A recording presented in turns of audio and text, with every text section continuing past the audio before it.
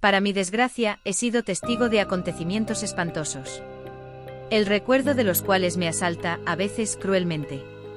A pesar del tiempo transcurrido, las escalofriantes escenas que presencié recuentan mis pesadillas con más asiduidad de lo humanamente soportable, y en ocasiones temo que perderé la razón antes que la vida. Porque los horrores que me posesionan son de tal naturaleza que durante 40 años, he considerado mi deber no comunicárselos a nadie. Pero no quiero que la tumba se lleve mi secreto para siempre.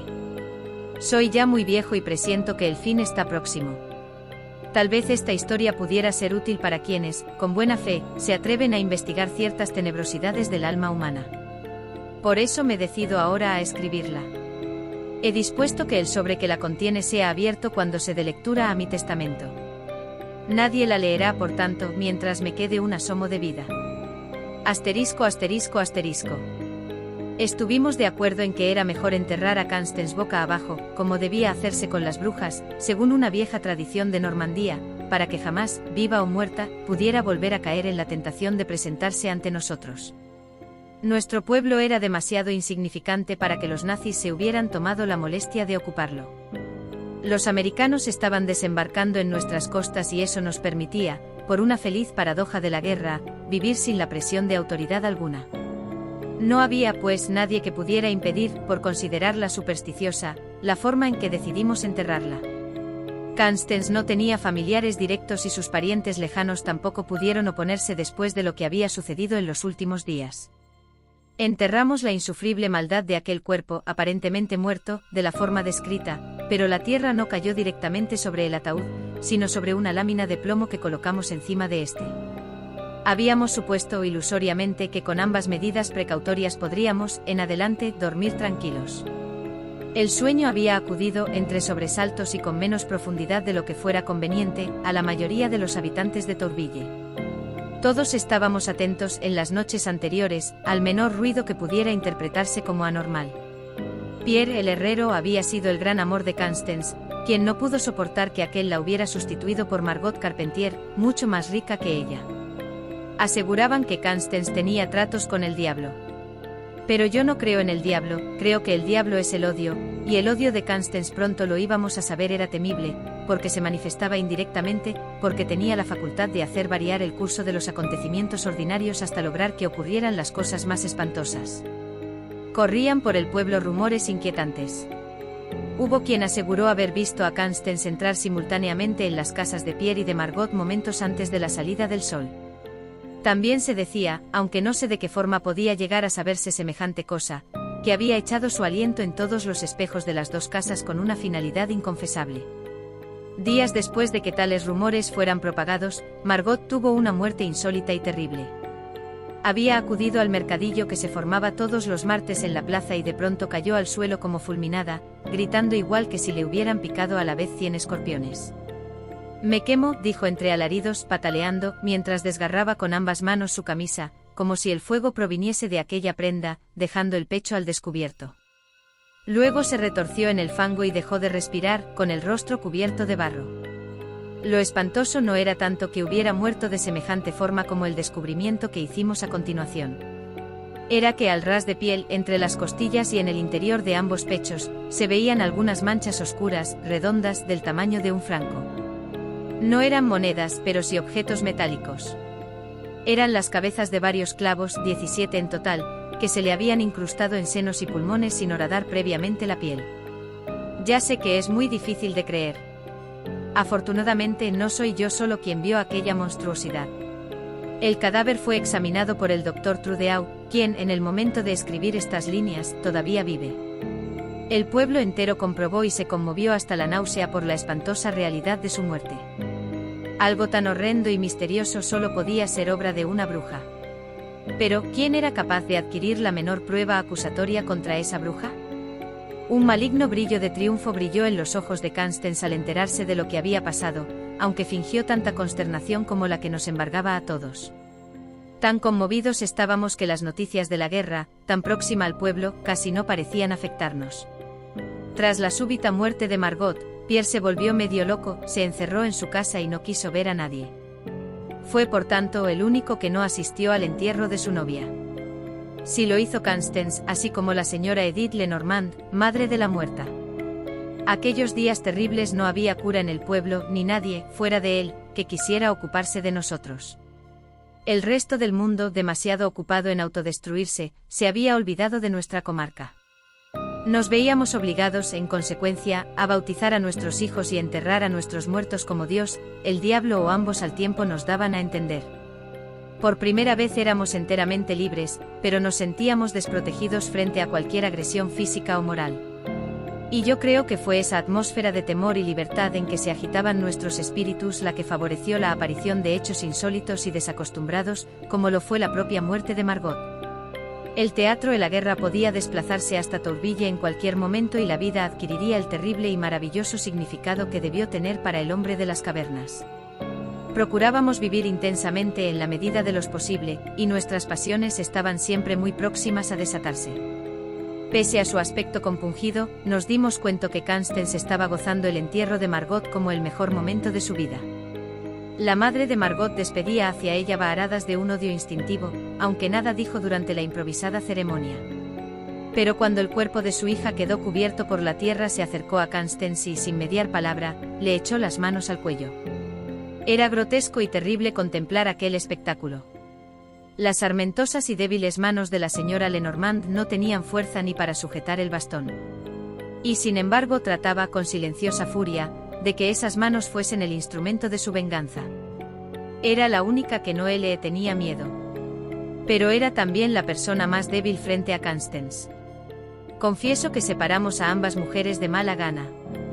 En lo más íntimo de nuestros corazones deseábamos la muerte de Constance, pero ninguno de nosotros, salvo la señora Lenormand, tenía agallas suficientes para proporcionársela. Lo más penoso de aquella agresión fallida fue el silencio completo en que se desarrolló. En ese silencio se evidenciaba nuestra impotencia, así como el despiadado triunfo de la bruja. Constance tenía los ojos negros, fulgurantes, el cabello negro y, en aquella odiosa ocasión, iba enteramente vestida de negro. Tanta negrura resaltaba su belleza terrible, hasta el punto de parecer la encarnación misma de la muerte. Nos miró a todos con un gesto de desprecio supremo y se encaminó sola hacia el pueblo. Nosotros nos quedamos todavía un rato más en el cementerio, avergonzados, incapaces de mirarnos a la cara o de consolar en lo más mínimo a la anciana señora de Lenormand. Yo tuve el espantoso privilegio de ser el primero en descubrir el cuerpo sin vida de Constance. Ocurrió 3 noches después del entierro de su rival. Tenía 32 años cuando murió, si es que en realidad murió esa noche.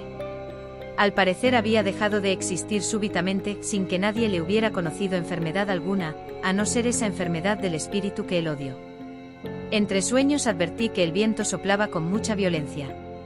Tanta que hacía vibrar los badajos y las campanas de la iglesia gemían sorda y constantemente, prolongando su quejido metálico hasta hacerlo similar a un extraño sollozo. Desasosegado me desperté y pude escuchar con toda claridad el grito de Constance que, surgiendo de las profundidades de la noche, amplificado por la fuerza del viento, indicaba que algo anormal estaba ocurriendo en su casa. Era un grito desesperado y furioso, como el de una fiera acorralada que, consciente de la inutilidad de sus esfuerzos, se dispusiera, sin embargo, a pagar muy cara la vida. El grito había acallado, tan solo por unos instantes, la lúgubre salmodia de las campanas. La curiosidad y el deseo de que, en efecto, algo terrible hubiera ocurrido a Constance, tuvieron más fuerza que el miedo. Me vestí rápidamente y salí a la calle. Las estrellas brillaban con intensidad extraordinaria, pero la noche era muy oscura y tal vez mis ojos me engañaron, haciéndome ver las figuraciones de mi propio espanto. Guardé silencio sobre esas figuraciones durante toda mi vida. Ahora ha llegado el momento de contarlas. Estoy a las puertas de la muerte y poco me importa que se me crea o no. Esto es lo que vi. La noche era densa, como densa era la oscuridad, de aquella forma retorcida, dudosamente humana, como engendrada en una pesadilla aborrecible. Pero su silueta, de una débil fosforescencia verdosa, sí que era perfectamente visible. La oí resollar entre aullidos apagados y por un instante me miró. Tenía un rostro tan espantoso, tan cargado de maldad, que me conforta pensar en su posible, aunque improbable, irrealidad. No parecía un ser de este mundo. No, desde luego, un ser vivo. Gracias a Dios, solo lo vi un instante. Pero me pareció advertir en su rostro cualidades a la vez translúcidas y escamosas que me produjeron una sensación casi física de repulsa. La adrenalina descargó insufribles chispazos de miedo en mi cerebro. Por un instante temí que, paralizado como estaba por el terror, aquella figura inclasificable pudiera dirigirse hacia mí. No lo hizo, sin embargo, sino que se escabulló entre las sombras a gran velocidad, dándome la penosa impresión de que no caminaba, sino que flotaba a 2 palmos del suelo. Se dirigió hacia las sombras del campo abierto y hubiera jurado que su inquietante fosforescencia fue absorbida de golpe por ellas, con la misma rapidez con que el soplo acaba con la luminosidad de una cerilla. Sobrecogido, estuve mirando un rato hacia el lugar donde había desaparecido. Nada pude distinguir. El corazón me daba golpes furiosos.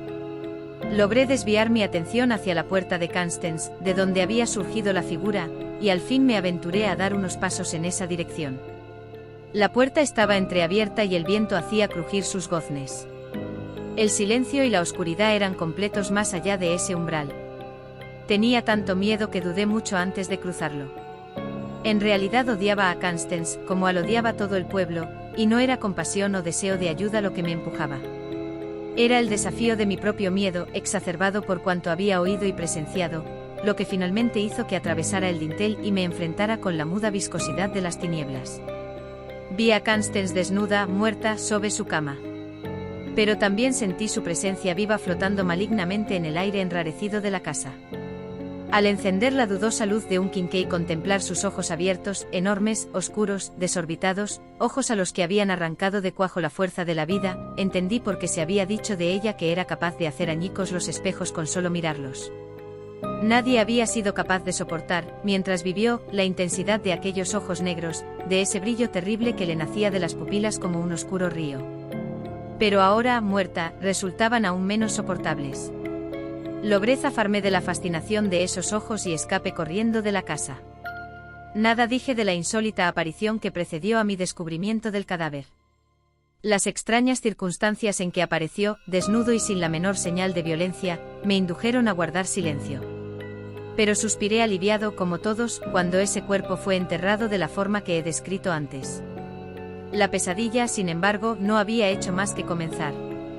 Pierre había abandonado su trabajo en la herrería desde la muerte de Margot. Vivía solo y se pasaba la mayor parte del tiempo encerrado en su casa, contigua a la mía. Sospeché que ambas muertes habían alterado su equilibrio psíquico, puesto que no daba señales de vida, pero consideré un deber de amistad no molestarle durante algún tiempo. En consecuencia, pasaron varios días antes de que me decidiera a visitarle. Llamé a su puerta a la caída de la tarde. No obtuve respuesta. Volví a llamar varias veces y transcurrió un buen rato antes de que escuchase unos pasos vacilantes. La puerta se abrió y vi a Pierre en un aspecto lamentable y descuidado hasta el abandono total. La barba le crecía deshilachada y canosa en buena parte, circunstancia esta última que me sorprendió, ya que apenas había cumplido 30 años. La camisa, asimétricamente abotonada y con el cuello abierto, mostraba una suciedad intolerable. Tenía las uñas sucias y olía mal. Había adelgazado considerablemente y mostraba el cabello desordenado y pastoso. Sus mejillas hundidas, el macilento brillo de sus ojos cercados por profundas ojeras, su aliento fétido, así como el desorden y la suciedad que reinaban por toda la casa, me confirmaron la sospecha de que estaba. Perdiendo la razón, lamenté haber iniciado esa visita, pero ya no me quedaba más remedio que proseguirla. Pierre me invitó a entrar y me ofreció asiento junto a una mesa sobre la que había malolientes retos de comida. Se sentó a mi lado y traté de iniciar una conversación intrascendente. Mientras yo hablaba de cualquier banalidad, pude observar las rápidas oscilaciones de sus ojos, impulsados por temerosos movimientos, como si siguiera los de una presencia que solo a él se hacía visible. Aquella me desasosegó, pero no me atrevía a preguntarle nada.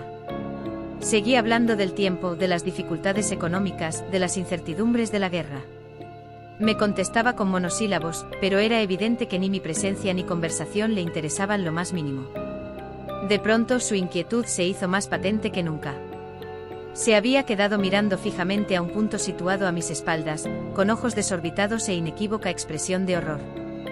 Yo seguía hablando, pese a todo, dispuesto a no dejarme impresionar por sus muestras de insania. Silencio. Me interrumpió a media voz. ¿No lo oyes? ¿No lo estás viendo? Está detrás de ti. Sugestionado por sus palabras, sentí en la espalda un escalofrío. Me volví rápidamente. Nada pude ver. Pero volvió a invadirme la penosa opresión que experimenté al percibir aquella figura fosforescente saliendo de casa de Constance. No soy dado a fantasías, y repito que nada había visto. Sin embargo, algo denso, aunque impalpable, había penetrado en la casa, a la vez que las primeras sombras de la noche, llenando sus rincones de vibraciones malignas. Eran una sensación repulsiva y casi física, en cierto modo similar a la que se sufre en las proximidades de una estación transformadora de alta tensión. Pierre estaba sumamente alterado y mi propia inquietud iba en aumento. Observé que se llevaba varias veces la mano al cuello, del que colgaba un pequeño camafeo con la imagen de Constance. Semejante joya me pareció extraña en un hombre, pero más extraño me pareció que tratara de ocultarlo con la mano. El terror hacía temblar sus mandíbulas y ese movimiento confería a su voz matices balbucientes. No te lo llevarás. No lo consentiré. No te lo llevarás. Vi cómo tras decir esto se levantaba furiosamente de la silla. Su cuerpo se agitaba con crecientes convulsiones. Una expresión de horror infinito se reflejaba en sus ojos. Comenzó a caminar con paso torpe, como si las espantosas tensiones que sufría amenazaran con hacerle perder el equilibrio. Sus ojos, excesivamente abiertos, seguían fijos en un determinado punto situado a mis espaldas. Pasó por mi lado como un autómata, olvidándose por completo de mi presencia. El temor y la estupefacción hacían que mi mente funcionara de una forma confusa. Se dirigía hacia un enorme espejo situado en el fondo del salón, apenas visible a causa de la creciente densidad de las tinieblas. Algo difuso, brillante en ocasiones, parecía agitarse en el fondo del mismo. Atribuí el extraño fenómeno a algún reflejo de la mortecina luz de la ventana, pero comprobé que, a causa del ángulo en que el espejo estaba situado, semejante explicación era imposible. Tal comprobación me produjo una sacudida y mi lucidez fue cruelmente devorada por la boca del vértigo. Había algo, alguien, moviéndose al otro lado del cristal. O yo me estaba volviendo loco, o Pierre no lo estaba tanto como yo pensaba. Con insufrible repugnancia reconocí de inmediato en aquella imagen convulsa y oscura, en sus leves destellos de fosforescencia verdosa, a la figura que me horrorizó a la puerta de Constance. No era posible que dos personas sufriesen al mismo tiempo la misma alucinación. Sentí la imperiosa necesidad de descargar con un alarido el horror que, como alsoga de un ahorcado, atenazaba dolorosamente mi garganta. Porque en el rostro de aquella figura espantosa, refulgiendo como lunas negras, reconocí también los ojos de Constance. Aquellos ojos despedían una maldad tan fascinante que Pierre, atraído por ellos, seguía avanzando hacia el espejo. Yo, sobrecogido, nada pude hacer por evitarlo. Mientras decía esto vi que levantaba su puño derecho. Luego, en una explosión de violencia, lo descargó sobre el espejo.